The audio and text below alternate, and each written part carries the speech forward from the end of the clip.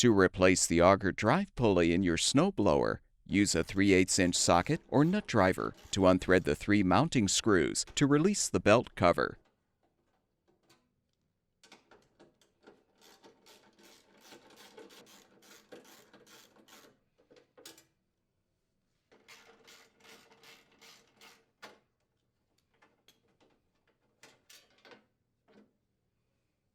Secure the auger and use a 7/16" socket to unthread the bolt securing the auger pulley.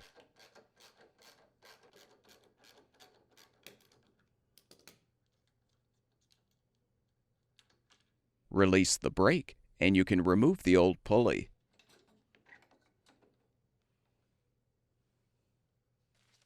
Install the new auger drive pulley by first looping the belt around the pulley. Then align the belt on the drive pulley and under the brake as you position the new auger pulley on the shaft.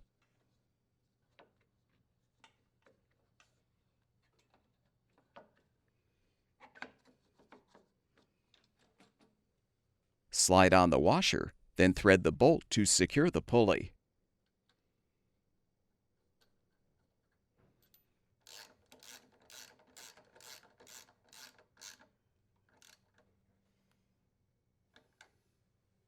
Confirm that the belt is seated properly.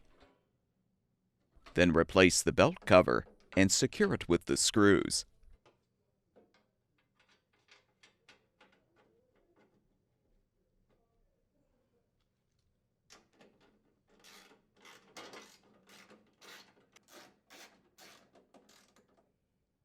Your snowblower should now be ready for use.